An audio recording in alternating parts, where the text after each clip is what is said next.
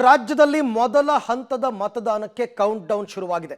ಶುಕ್ರವಾರ ಬೆಳಗ್ಗೆಯಿಂದ ಆರಂಭ ಆಗ್ತಕ್ಕಂಥ ಮತದಾನ ಬೆಂಗಳೂರಿನಲ್ಲಿ 48 ಗಂಟೆಗಳ ಕಾಲ ಮದ್ಯ ಮಾರಾಟವನ್ನು ಬಂದ್ ಮಾಡಲಾಗಿದೆ ಮುಂಜಾಗ್ರತಾ ಕ್ರಮವಾಗಿ.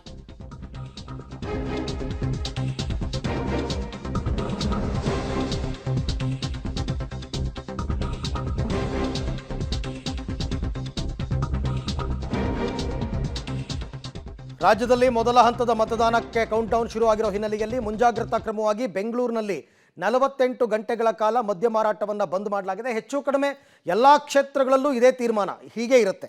ಈ ಕ್ಷಣದಿಂದಲೇ ಮದ್ಯ ಮಾರಾಟಕ್ಕೆ ಸಂಪೂರ್ಣ ನಿಷೇಧ. 5 ಗಂಟೆಗೆ ಎಲ್ಲ bar and restaurant, wine shop, MRP shop ಎಲ್ಲವನ್ನು ಕೂಡ 5 ಗಂಟೆಗೆ ಕ್ಲೋಸ್ ಮಾಡಬೇಕು. ಅದು ಏನು, ಪೊಲೀಸರೇ ಬಂದು ಕ್ಲೋಸ್ ಮಾಡಿ ಸೀಲ್ ಮಾಡ್ತಾರೆ.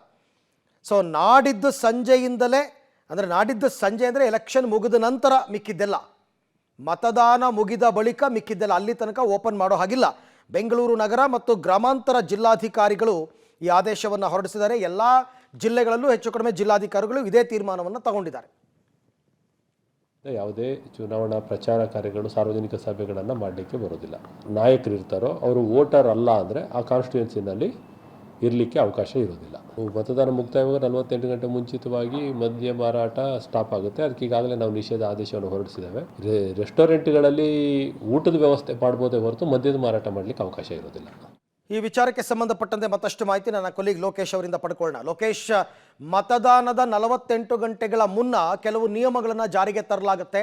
ಬಹುತೇಕ ಜನರಿಗೆ ಇದ್ರ ಬಗ್ಗೆ ಗೊತ್ತಿರಲ್ಲ. ಹಾಗಾಗಿ ಏನು ಮಾಡಬೇಕು, ಏನು ಮಾಡಬಾರ್ದು, ಏನು ಸಿಗುತ್ತೆ, ಏನು ಸಿಗಲ್ಲ, ಇದ್ರ ಬಗ್ಗೆ ಏನು ಮಾಹಿತಿ ಕೊಡ್ಬೋದು ವೀಕ್ಷಕರಿಗೆ?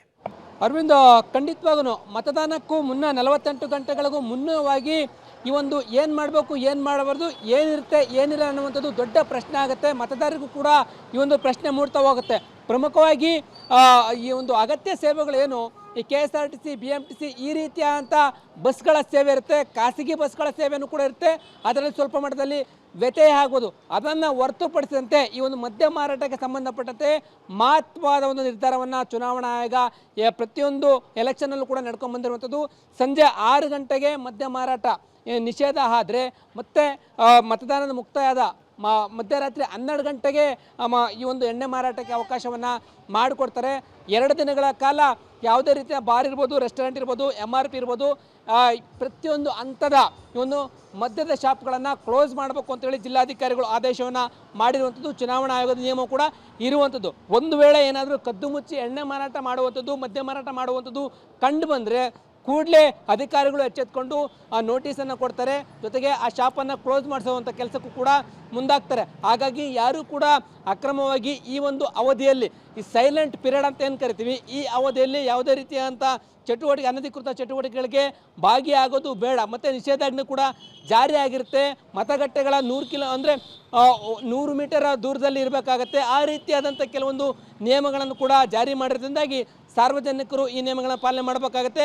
ಪ್ರಮುಖವಾಗಿ ಬಾರ್ ಆ್ಯಂಡ್ ರೆಸ್ಟೋರೆಂಟ್ಗಳಿಟ್ಟಿರುವಂಥವ್ರು, MRP ಶಾಪ್ಗಳಿಟ್ಟಿರುವಂಥವ್ರು 2 ದಿನಗಳ ಕಾಲ ಈ ಒಂದು ಮದ್ಯ ಮಾರಾಟ ನಿಷೇಧ ಇರೋದ್ರಿಂದ ವ್ಯವಹಾರವನ್ನು ಕಂಪ್ಲೀಟ್ ಆಗಿ ಕ್ಲೋಸ್ ಮಾಡಬೇಕಾಗತ್ತೆ. ಅಧಿಕಾರಿಗಳ ಕಣ್ತಪ್ಪಿಸಿ, ಪೊಲೀಸರ ಕಣ್ತಪ್ಪಿಸಿ ಈ ರೀತಿಯ ಅವ್ಯವಹಾರ ಏನಾದರೂ ಮಾಡ್ತಾ ಇರೋದು ಕಂಡು ಬಂತು ಅಂದರೆ ಚುನಾವಣಾ ಆಯೋಗ ಮತ್ತು ಪೊಲೀಸ್ ಅಧಿಕಾರಿಗಳು ಸೂಕ್ತ ಕ್ರಮವನ್ನು ತೆಗೆದುಕೊಳ್ಳೋದಕ್ಕೆ ಮುಂದಾಗ್ತಾರೆ. ಅರವಿಂದ್, ಓಕೆ, ಹಾಗೆ ಸಂಪರ್ಕದಲ್ಲಿ ಇರಿ ಲೋಕೇಶ್. ನಿಮ್ಮ ಜೊತೆ ನಾನು ಮತ್ತೆ ಮಾತನಾಡ್ತೀನಿ. ಇದು ಕೆಲವರು ಜನಸಾಮಾನ್ಯರಿಗೆ ಗೊತ್ತಿರಬೇಕಾದಂತಹ ಅಂಶ. 144 ಸೆಕ್ಷನ್ ಜಾರಿ ಆಗ್ತಾ ಇದೆ.